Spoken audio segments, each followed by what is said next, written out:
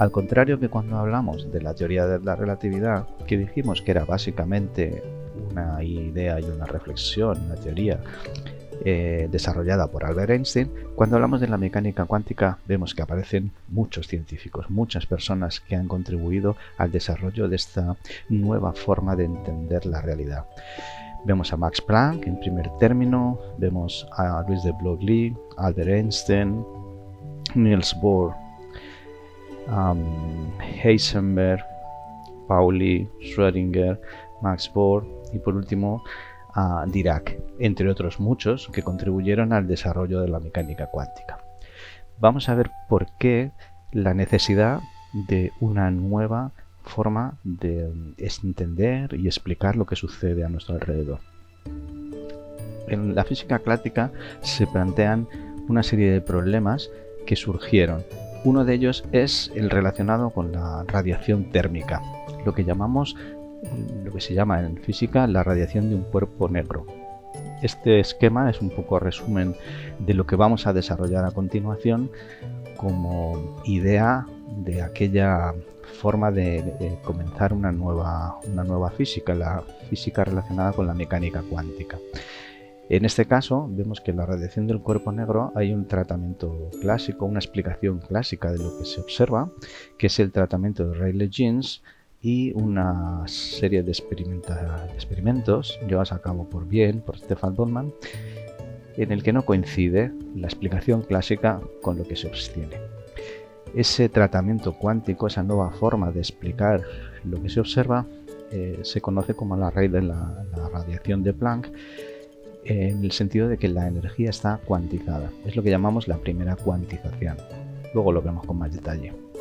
El segundo problema es el que denominamos efecto fotoeléctrico y está relacionado con la interacción entre la luz y la materia. La experimentación nos dice que hay una frecuencia umbral para que tenga lugar, que la intensidad es proporcional a la radiación, que es un efecto instantáneo y que la energía depende de la frecuencia. La teoría de Einstein del fotón, es decir, que la luz se comporta, tiene un comportamiento como partículas que interaccionan con la materia, es lo que llamamos la segunda cuantización, la cuantización de la luz. La comprobación experimental lo veremos con experiencias de Millikan y de Compton. Y el tercer problema que se planteaba era el dar una explicación a los espectros atómicos, a los espectros discontinuos de emisión y de absorción, es decir, líneas espectrales que correspondían a absorción y emisión de luz. Experimentalmente había la ley de Rydberg que explicaba cómo eran los valores de las series espectrales que se habían obtenido, las series de Lyman, Balmer, Paschen, etc. Esa tercera cuantización nos lleva a describir, o lleva a Bohr a describir un modelo atómico basado en unas nuevas ideas. Esa tercera cuantización es la cuantización del momento angular. Todo ello confluye en el desarrollo de esa nueva teoría que llamamos mecánica cuántica.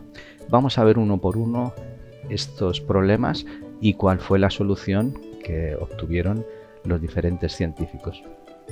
En primer lugar, hablaremos de lo que llamamos los espectros continuos de emisión. Ya hemos visto que el espectro electromagnético considera todas las radiaciones. En este caso consideramos las radiaciones únicamente del espectro visible, es decir, aquella zona del espectro electromagnético que va desde el rojo en este caso, hasta el violeta, ¿vale? En torno de 700 a 400 nanómetros aproximadamente. Es importante tener en cuenta que un sólido caliente emite energía, es decir, emite luz, en función de su temperatura, o lo que es lo mismo, a diferentes temperaturas, emite luz de un determinado color. En general, esa luz, ese color que emite, depende, como vemos, de la temperatura. A 1000 grados Kelvin, por ejemplo, emitiría en el rojo. Según va aumentando la temperatura, el color va desplazándose hacia el violeta, ¿vale? Esa sería la idea. Independientemente de cuál sea el sólido, un sólido caliente emite en función de su temperatura.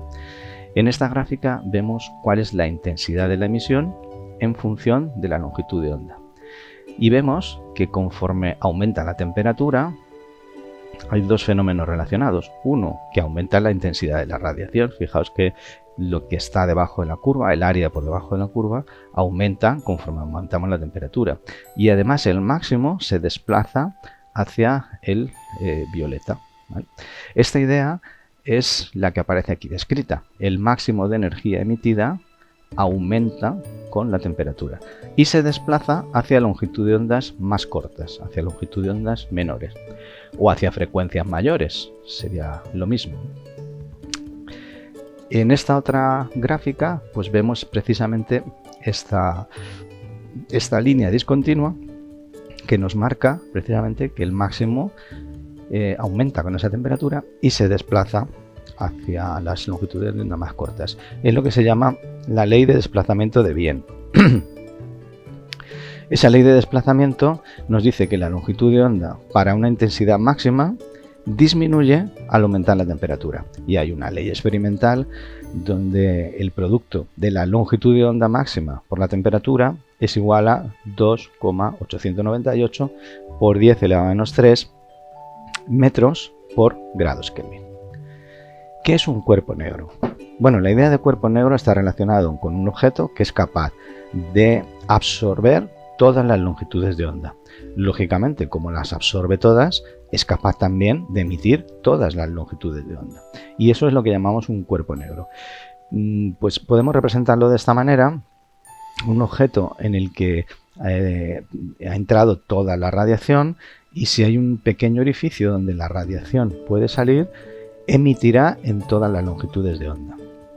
La ley de Stefan Boltzmann, también una ley experimental, nos dice que el flujo de radiación es proporcional a la cuarta potencia de la temperatura, donde esta constante, que es la constante de Stefan Boltzmann, es 5,67 por 10 a la menos 8 vatios por metro cuadrado y pues Kelvin a la cuarta potencia, ¿vale?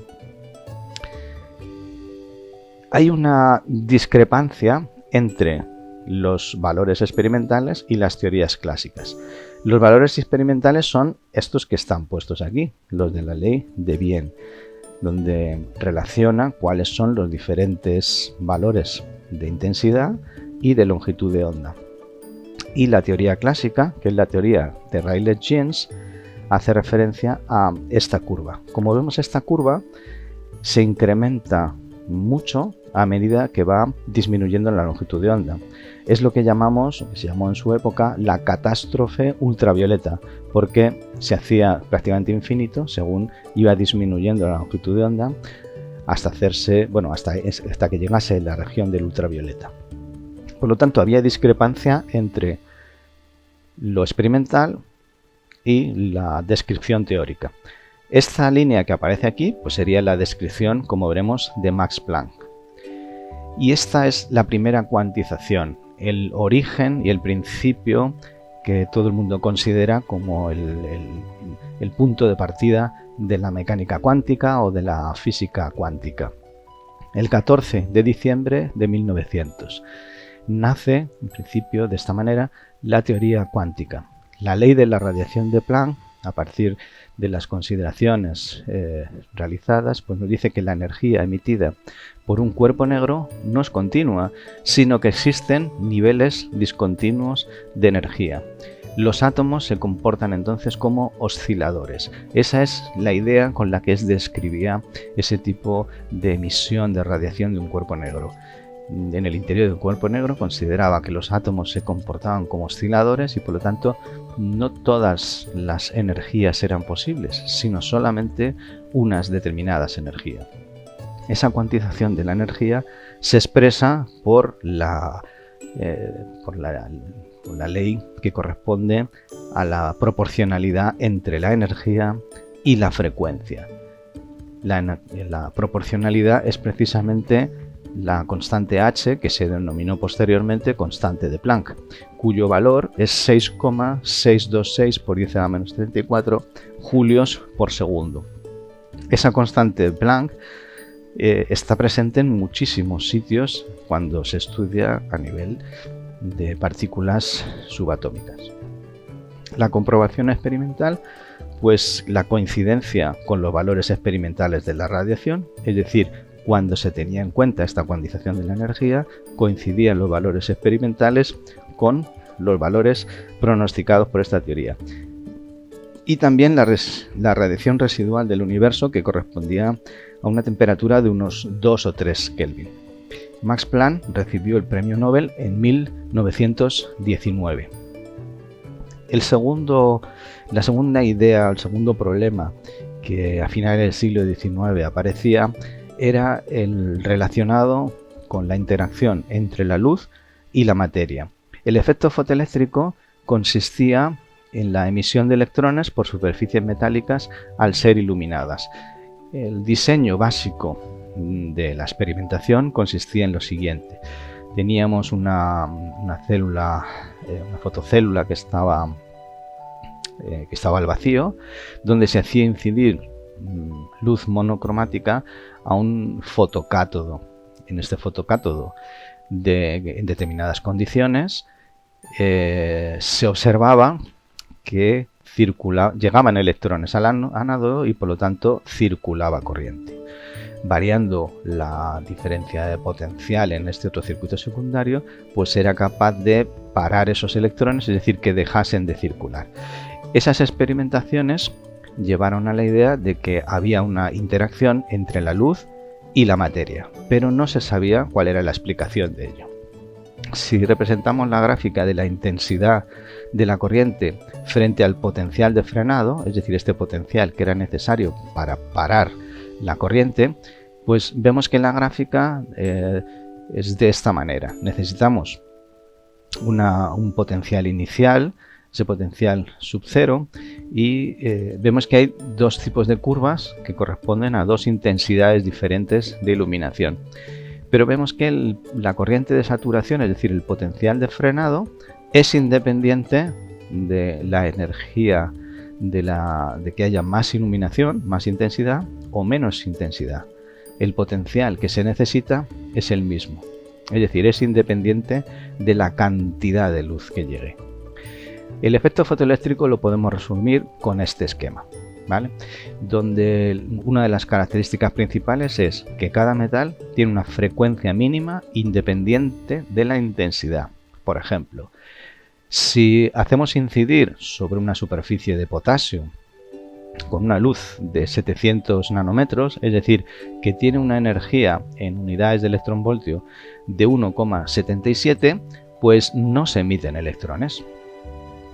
Si, por el contrario, hacemos incidir una luz de una longitud de onda de 550 nanómetros, es decir, con una energía de 2,25 electronvoltios, sí que se producen fotoelectrones, es decir, se producen electrones que circularían por este circuito. Y además se observa que la velocidad máxima de esos electrones es 2,96 por 10⁵ metros por segundo. O lo que es lo mismo, se necesita una frecuencia umbral, una frecuencia mínima para que el efecto fotoeléctrico tenga lugar. Aunque en este dibujo no está representada la intensidad, si aumentamos la intensidad de la radiación incidente, obtendremos una mayor intensidad de corriente, es decir, mayor número de electrones en movimiento. Por otro lado, la emisión de electrones es instantánea y la energía cinética aumenta con la frecuencia de la luz. Veamos qué ocurre cuando emitimos, cuando se hace incidir sobre esta superficie de potasio, luz de 400 nanómetros. Si os fijáis, la longitud de onda en este caso es más corta que en este y que en este. Es decir, es una longitud de onda más corta y una frecuencia mayor, mayor energía. En este caso tiene una energía de 3,1 electronvoltios. Al incidir sobre la superficie del potasio, hace que salgan electrones, fotoelectrones, con una velocidad, en este caso, mayor que si consideramos la luz de color, en este caso verde, ¿no? Es decir, que la energía cinética, la velocidad máxima, aumenta con la frecuencia de la luz. Todo esto se observó experimentalmente, pero no había una explicación para tal fenómeno. La explicación vino de la ecuación fotoeléctrica de Albert Einstein en 1905. la interacción entre la luz y la materia. Su idea es que la luz se propaga en forma de cuantos de luz, es decir, de paquetes de energía que llamamos fotones. Y la ecuación para describir esta interacción es la que tenemos aquí, donde podemos considerar que esta ecuación no es más que un balance energético, donde lo que tenemos es que la energía del fotón, que como veis es la energía que describía Max Planck, que depende de la constante de Planck y de la frecuencia, la energía de ese fotón se invierte en lo que llamamos trabajo de extracción y en energía cinética máxima del electrón. Es decir, se invierte en extraer electrones del metal y en comunicarles energía. ¿Veis que es un balance de energía? La energía que tenemos inicialmente es igual a la energía que tenemos al final. Energía que por un lado hay que invertir en extraer el electrón y energía que se invierte en considerar la velocidad. Como este trabajo de extracción es el mismo para un metal, cuanto mayor sea la energía de los fotones, mayor será la energía cinética, es decir, explica lo que habíamos visto antes. Gráficamente podemos verlo con este esquema. La energía de la luz del fotón incide sobre la superficie del metal, extrae con ese trabajo de extracción un electrón hasta el nivel 0 y ese electrón le comunica energía. Esta sería la máxima velocidad que podría tener un electrón, porque también pudiera ser que la luz incidiera sobre un electrón, por decirlo de alguna manera, más interior, es decir, que el trabajo fuese mayor y por lo tanto la velocidad del electrón fuese menor. Este sería por lo tanto el trabajo de extracción mínimo necesario y esta sería la velocidad máxima y por lo tanto la energía máxima de los electrones. Albert Einstein obtuvo el premio Nobel en 1921 y este pequeño esquema nos sirve para volver a insistir en cuál es la idea. Una luz azul tenue, es decir, con una frecuencia alta, alta energía, pero poco intensa, produce unos pocos electrones, pero rápidos, es decir, pocos porque es poca intensidad, rápidos porque la energía incidente es grande.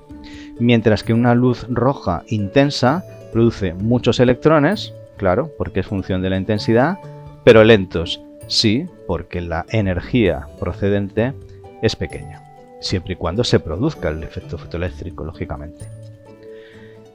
Comprobación experimental de esto tuvo lugar en 1914 por Robert A. Millikan. Millikan es conocido mucho más por el experimento donde relacionó la carga y la masa del electrón, el experimento de las gotitas de aceite que no vamos a comentar aquí, pero tuvo también tiempo para desarrollar otra serie de experimentos maravillosos, por ejemplo en este caso, donde comprobó experimentalmente la teoría de Einstein. Con este tipo de dispositivo, donde hacía incidir luz sobre una superficie metálica, pues observaba cómo eran emitidos los fotones y qué es lo que hacía. Bueno. Experimentalmente obtuvo diversos valores cuando hacía incidir luz sobre una superficie de un metal como el sodio. En este caso era necesaria luz de una frecuencia mínimo de 4,39 por 10 a la 14 Hz para que tuviera lugar el efecto fotoeléctrico.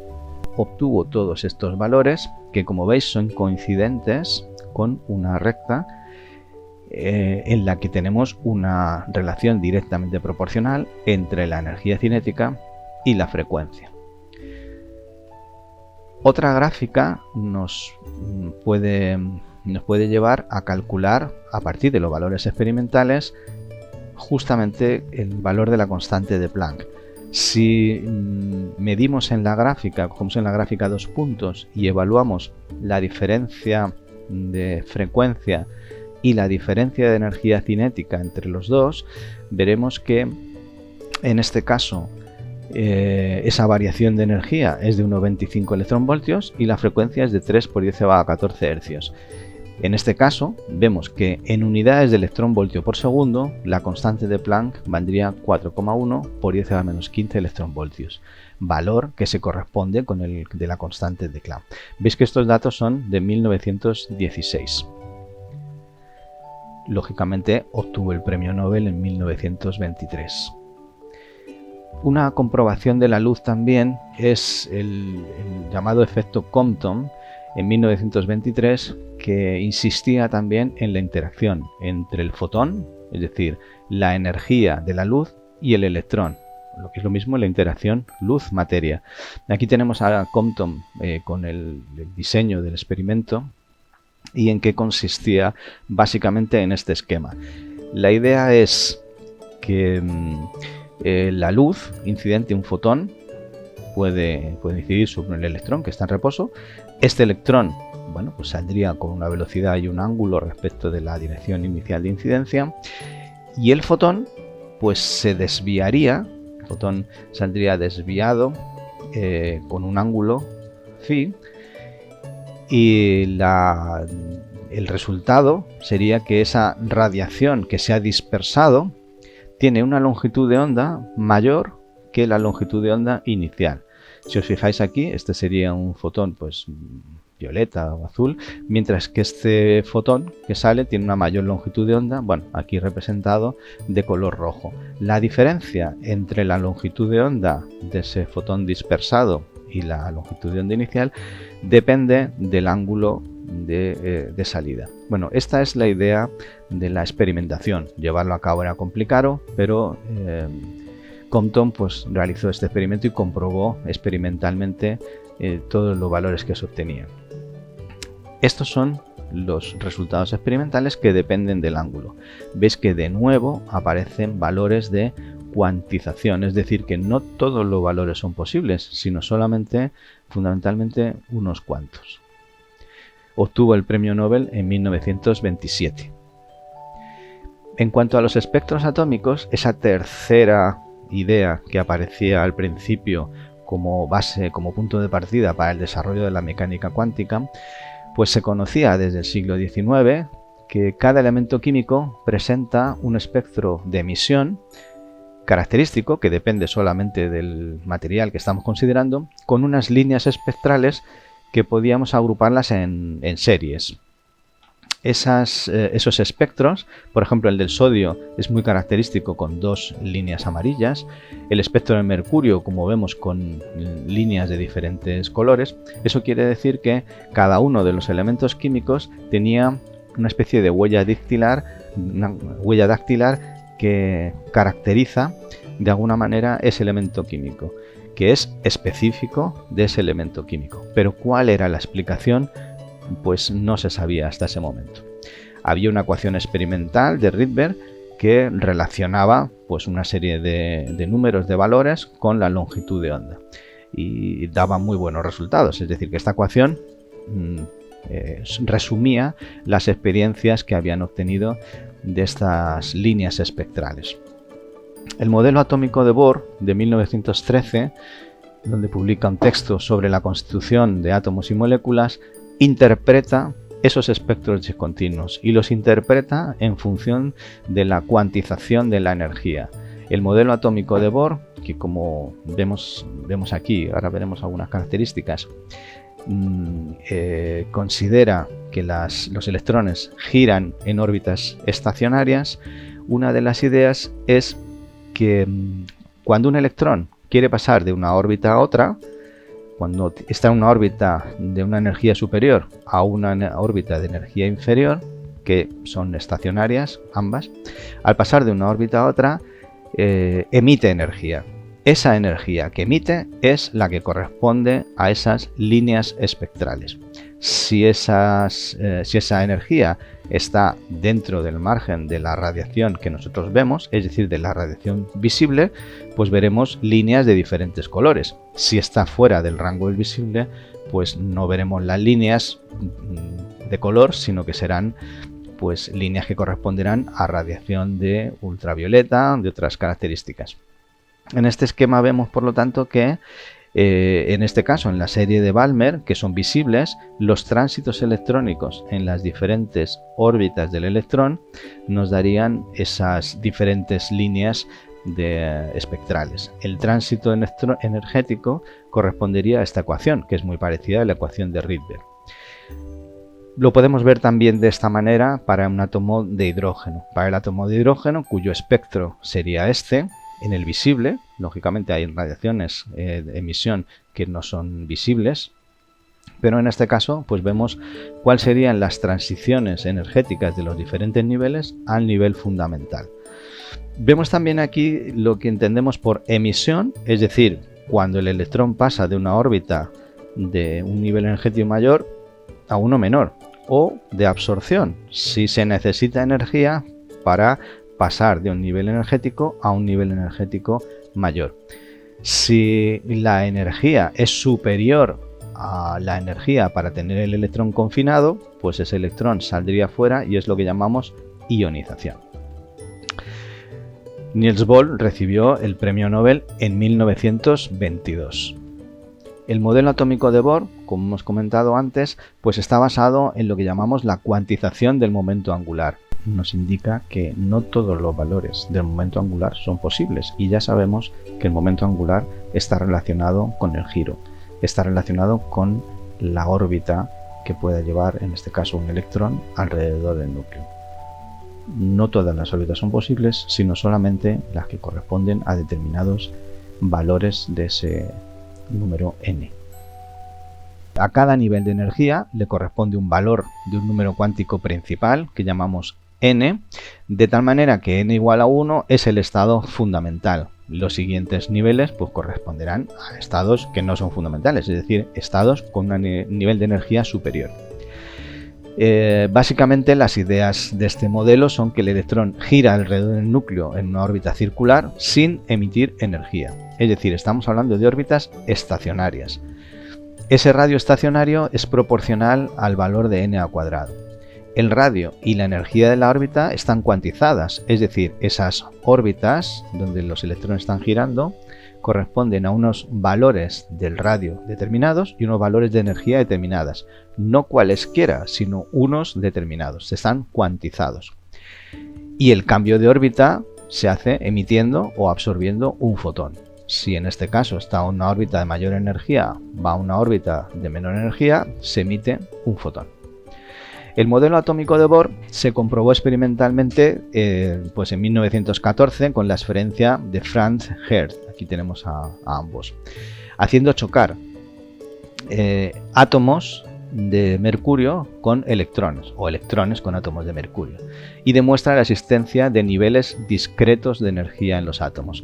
El modelo del diseño de este experimento pues es el que tenemos básicamente aquí, donde tenemos un cátodo donde se emitían electrones, una rejilla cargada positivamente donde esos electrones eran acelerados y un colector donde llegaban determinados electrones. Midiendo cuántos electrones llegaban, por lo tanto cuál era la intensidad de corriente, el voltaje que se necesitaba y la intensidad de corriente que pasaba por aquí, y variando la diferencia de potencial para la emisión de los electrones, pues se podía obtener una relación entre los electrones que llegaban y por lo tanto cuántos habían chocado con esos átomos de mercurio que estaban contenidos en ese bulbo. Esta sería otra forma de diseño, donde como veis aquí había en ese bulbo cerrado habría átomos de mercurio.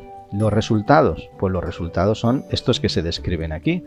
Experimentalmente se obtuvo estos valores y como vemos un valor casi aproximadamente de 5 de este voltaje que estamos variando, con un valor aproximadamente de 5 pues decaía completamente. Con otros 5 volvía a decaer, con otros 5 volvía a decaer. Es decir, que había un múltiplo de un valor determinado donde los choques de los electrones con los átomos, es decir, que los átomos de mercurio recibían energía de esos electrones y con posterioridad, con otros valores, decaía, ¿vale? No era una línea continua, es decir, no había un continuo o una variación de un aumento progresivo, sino que había momentos en los que decaía. Lógicamente obtuvieron el premio Nobel en 1925 por sus descubrimientos. Y aquí lo dejamos ahora de momento.